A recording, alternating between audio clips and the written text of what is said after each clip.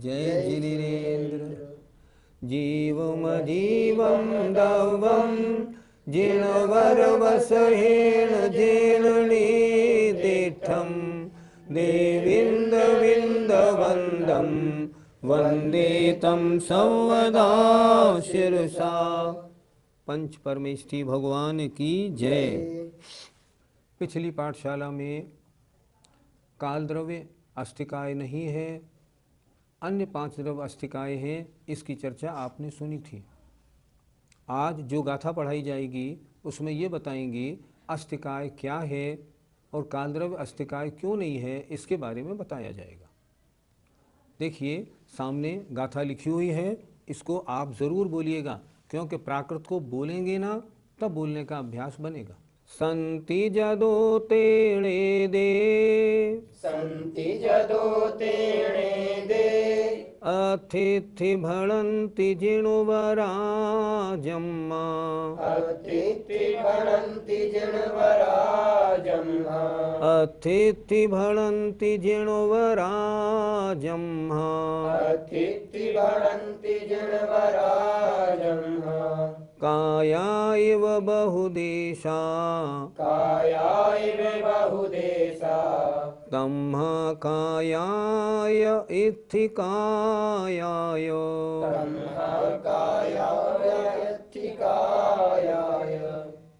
गाथा का अर्थ देखें। संति ये मौजूद हैं, जदो क्योंकि, तेण इस कारण से, एदे माने इन द्रव्यों को, तेण एदे में 2 शब्द हैं, तेण एदे इस कारण इन द्रव्यों को, अत्थि इति अस्ति इस प्रकार कहा है जिनेन्द्र भगवान ने। फिर एक बार देखें, क्योंकि, जदो माने क्योंकि, एदे संति ये 6 द्रव्य हैं, तेण माने इसलिए, जिनेन्द्र भगवान ने अस्ति इस प्रकार कहा है, इनका अस्तित्व है, इनका एग्जिस्टेंस है, इनकी मौजूदी है, इसलिए 6 द्रव्य अस्ति तो हैं। पर क्योंकि इसमें लगा दिया। अब आप देखें, क्योंकि काया ये बहुदेशा और शरीर की तरह बहुप्रदेशी हैं, इसलिए इनको काय कहा गया है। फिर देखें, काया एव शरीर की तरह बहुप्रदेशी हैं, इसलिए इनको काया कहा गया है। 2 चीज़ें हो गई, एक अस्थि और एक काय। जो कायवान नहीं है बहुप्रदेशी वो अस्थि हैं, उन्हें अस्थि तो कह दिया, लेकिन जो बहुप्रदेशी हैं उन्हें कायवान होने से अस्थिकाय कहा। अस्थिकाय में 2 शब्द हैं, अस्थि और काय। अस्थि माने जो विद्यमान, जो मौजूद, जो एग्जिस्ट हों, उन्हें कहते हैं अस्थि। 6 द्रव्य अस्थि हैं, क्योंकि 6 द्रव्य की मौजूदगी लोकाकाश में है। लेकिन जो बहुप्रदेशी हैं उन्हें कहा काय। काल के अलावा अन्य 5 द्रव्य बहुत प्रदेशी हैं, इसलिए उनको, जो बहुप्रदेशी हैं, उनको अस्थिकाय इस प्रकार कहा गया। अर्थात जो द्रव्य बहुप्रदेशी हैं वे अस्थिकाय हैं, जो बहुप्रदेशी नहीं है, एक प्रदेशी है, वो अस्थि तो है पर काय नहीं, इसलिए उसको अस्थिकाय में नहीं लिया गया। पंडित जी, अस्थि का मतलब हुआ सत, तो जो सत है तो उसका क्या स्वरूप समझा जाए? जो जिसकी मौजूदगी है, जिसकी विद्यमानता है, जो एग्जिस्ट करता है, जो समाप्त नहीं होता, उसे कहते हैं अस्थि, और वो सत का लक्षण है। सूत्र जी में स्पष्ट लिखा है, सद्द्रव्य लक्षणम उत्पाद व ध्रुव्य युक्तम सत। द्रव्य का लक्षण सत है, सत कहो या अस्थि कहो एक ही बात है। और अस्थि का मतलब होता है जिसमें उत्पाद, व्यय और ध्रुव्य तीनों पाए जाएं, इसका मतलब होता है अस्थि। तो यहाँ इन्होंने कहा संति, क्योंकि विद्यमान है इसलिए इनको अस्थि कहा गया, और बहुप्रदेशी है इसलिए काय और लगा के अस्थिकाय कहा गया। पंडित जी, क्या द्रव्य का उत्पाद व्यय होता है? द्रव्य तो हमेशा ध्रुव्य रूप से रहता है। द्रव्य की ना उत्पत्ति है, ना द्रव्य का विनाश है। देखो, जितने जीव हैं एक भी जीव कम नहीं हो सकता, एक भी जीव बढ़ नहीं सकता, नया जीव पैदा नहीं हो सकता। आत्मा पर्याय बदलती है। अच्छा, एक भी जीव पुद्गल नहीं बन सकता। जितने पुद्गल के अणु हैं उनमें एक भी कम नहीं हो सकता, एक भी ज़्यादा नहीं हो सकता। वो तो जितने हैं उतने ही हैं। इसलिए ये तो द्रव्य की उत्पत्ति विनाश नहीं होता, लेकिन द्रव्य में जो पर्याय होती हैं, यद्यपि वो द्रव्य की पर्याय हैं, उनका उत्पत्ति और विनाश होता है। जैसे एग्जाम्पल, मान लो मैं पहले देव पर्याय में था, अब मनुष्य पर्याय में मेरा जन्म हुआ, तो देव पर्याय का विनाश हुआ, मनुष्य पर्याय की उत्पत्ति हुई। मेरी आत्मा पहले भी थी और आज भी है। तो द्रव्य तो ध्रुव्य रहता है, द्रव्य का नाश नहीं होता। नाश और उत्पत्ति किसकी होती है? ये पर्याय की होती है। पंडित जी, तो फिर क्या ये उत्पाद व्यय द्रव्य एक ही समय में होते हैं या फिर अलग अलग समय में? उत्पाद व द्रव्य प्रत्येक समय में होते, प्रत्येक समय में होते।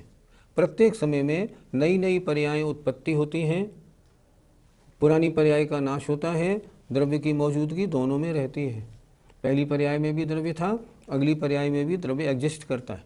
इसलिए ये तीनों काम एक साथ होते।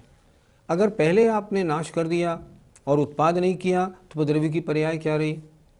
और नाश नहीं हुआ, उत्पाद हो गया, ये कैसे हो गया? एक द्रव्य की एक समय में एक ही पर्याय तो होगी। इसलिए व्यय और उत्पत्ति एक ही समय में, और द्रव्य तो हमेशा एग्जिस्ट करता है, उसका द्रव्यपना तो रहता ही रहता है। इसलिए तीनों एक समय में होते हैं। गुरुजी, पर्याय कितनी प्रकार की होती हैं? सामान्य से पर्याय दो प्रकार की होती हैं, अर्थ पर्याय और व्यंजन पर्याय। जो पर्याय प्रति समय उत्पन्न और विनाश होकर नई पैदा होती है उसे तो कहते हैं अर्थ पर्याय, और जो पर्याय बहुत समय तक रहने वाली है उसे कहते हैं व्यंजन पर्याय। जैसे मान लो ये मेरी मनुष्य पर्याय है, ये व्यंजन पर्याय है। क्यों? ये बहुत वर्षों तक रहने वाली है। लेकिन इस पर्याय में प्रति जो परिणमन हो रहा है वो अर्थ पर्याय है। अर्थ पर्याय जो प्रति समय परिणमन करती है, व्यंजन पर्याय जो बहुत समय तक रहती है। इस प्रकार पर्याय दो प्रकार की होती है। इस गाथा में ये बताया गया कि अस्तिकाय किसे कहते हैं। अब ये बताएंगे कौन कौन से द्रव्य कितने प्रदेशी हैं और इसलिए वे अस्तिकाय हैं।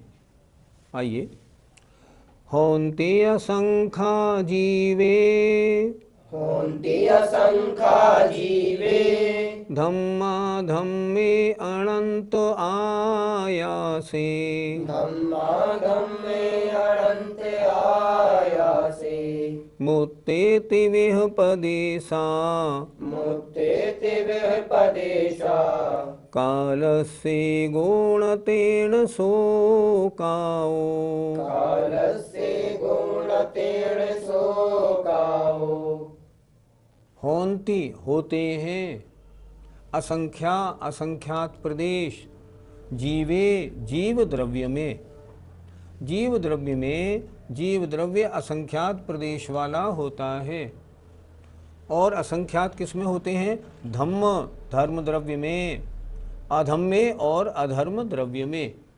अर्थात जीव द्रव्य में, धर्म द्रव्य में और अधर्म द्रव्य में, ये तीनों द्रव्य असंख्यात प्रदेशी होते हैं।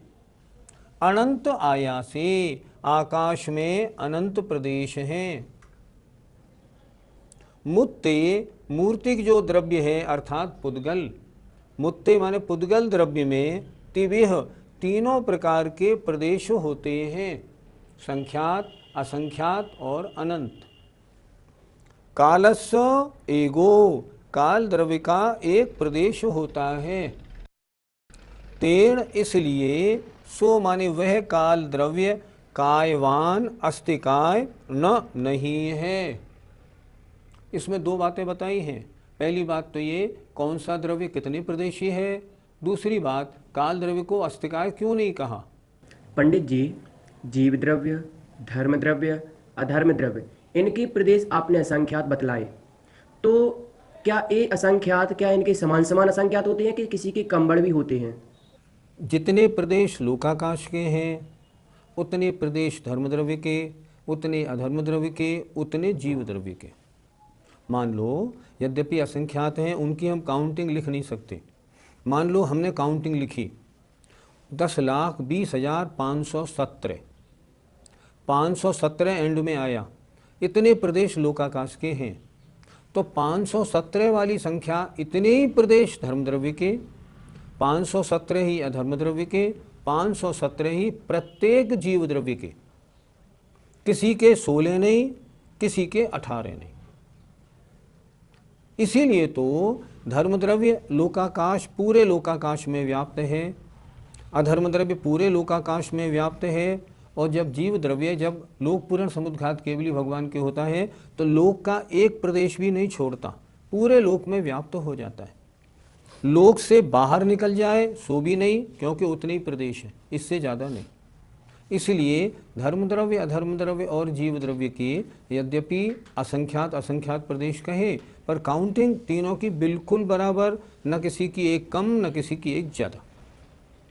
पंडित जी, असंख्यात प्रदेशों का एक जीव, तो क्या असंख्यात प्रदेशों से मिलकर के एक जीव बनता है? अभी आप समझे नहीं। पहली बात, प्रदेश क्या है? प्रदेश क्षेत्र की इकाई है, जैसे सेंटीमीटर, जैसे मिलीमीटर, इंच, ऐसे प्रदेश। प्रदेश क्षेत्र की इकाई है, प्रदेश से मिलके जीव नहीं बनता। यहाँ ये कह रहे हैं एक जीव द्रव्य कितने प्रदेश वाला है, अर्थात कितने प्रदेशों में रहता है, अर्थात कितना स्थान घेरता है। धर्म द्रव्य ने कितना स्थान घेरा? असंख्यात प्रदेश। अधर्म द्रव्य ने कितना स्थान घेरा? असंख्यात प्रदेश। एक जीव कितने स्थान में रहता है? असंख्यात प्रदेश में। इसलिए असंख्यात प्रदेशों से मिलके नहीं बना। जीव द्रव्य तो एक है, हमेशा एक ही रहेगा, लेकिन वो स्थान कितना घेरेगा? असंख्यात प्रदेश घेरता है। कम से कम भी असंख्यात, ज़्यादा से ज़्यादा भी असंख्यात, क्योंकि असंख्यात बहुत प्रकार का होता है। पंडित जी, एक निगोदिया जीव तो बहुत सूक्ष्म होता है, जबकि एक हाथी होता है वो बहुत विशाल होता है। तो क्या दोनों के जो आत्म प्रदेश हैं उनको असंख्यात मान लें, बराबर मान लें क्या? एक आती है ढाके की मलमल, वो बहुत महीन होती है। कहते हैं ढाके की मलमल की साड़ी अंगूठी में से निकल जाती है। अच्छा, अब ढाके की मलमल की हमने कितनी लंबी है? मान लो 10 मीटर। अब उसको हमने और छोटा किया और छोटा किया और छोटा किया, एक दिया सलाई की डिब्बी में ढाके की मलमल की साड़ी रख दी। अब मैं पूछता हूँ, ये ढाके की जो मलमल की साड़ी दिया सलाई के डिब्बे में रखी है, ये कितनी लंबी है तो 10 मीटर ही। चाहे कितने ही हिस्से में आ जाए, पर उसके प्रदेश तो उतने ही हैं, है तो 10 मीटर लंबी। उसी तरह आप एक जीव में असंख्यात प्रदेश होते हैं। यदि वो फैले पूरा, तो कितना फैल सकता है? पूरे लोक के बराबर, इतना बड़ा है। और वैसे कितना बड़ा हो जाता है? हमने गाथा नंबर 10 में पढ़ाया था, अणुगुरु देह पमाणु उपसंहारप सप्पदो। आत्मा संकोच और विस्तार वाला होने के कारण छोटा निगोदिया के शरीर में भी समिट जाता है। जैसे ढाके की मलमल एक दिया सलाई की डिब्बी में आ जाती है, और उसे फैलाओ तो 10 मीटर भी फैल जाती है। उसी तरह आत्मा असंख्यात प्रदेशी है। छोटा निगोद के शरीर में आया तो सुकुड़ के आ गया, और जब बड़ा हुआ तो स्वयंभू रमण समुद्र का मत्स्य 1000 योजन लंबा, 500 योजन चौड़ा, हिंदुस्तान से भी दूना बड़ा, इतना भी फैल जाता है। और जब और फैलता है आत्मा, तो लोक पूर्ण समुद्घात में सारे लोक में फैल जाता है। लेकिन प्रदेश कितने? असंख्यात। पंडित जी, धर्म और अधर्म द्रव्य के असंख्यात प्रदेश क्यों बताए?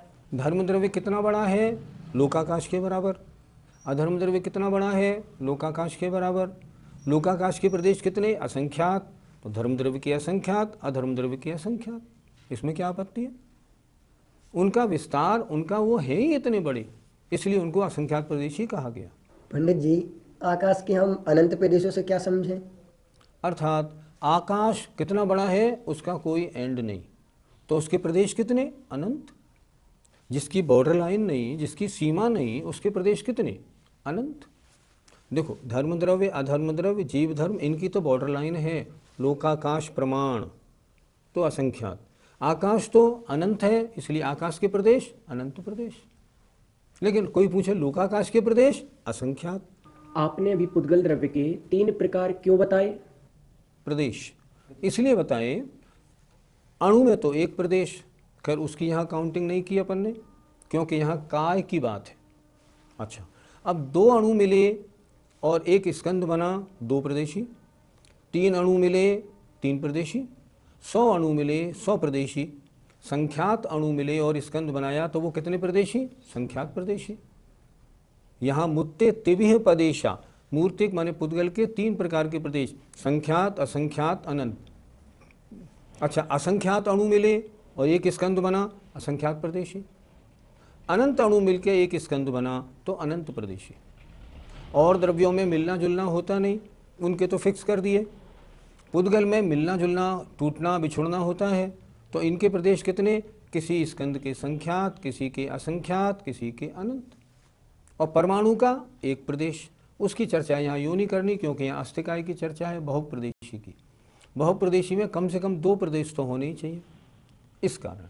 तो पुद्गल के संख्यात अणु मिलकर स्कंद बने संख्यात प्रदेशी, असंख्यात अणु मिलके बने असंख्यात प्रदेशी, अनंत अणु मिलके बने तो अनंत प्रदेशी, वह पुद्गल का स्कंद होता है। पंडित जी, आत्मा तो असंख्यात प्रदेशी है, तो क्या वह एक प्रदेश में रह सकता है?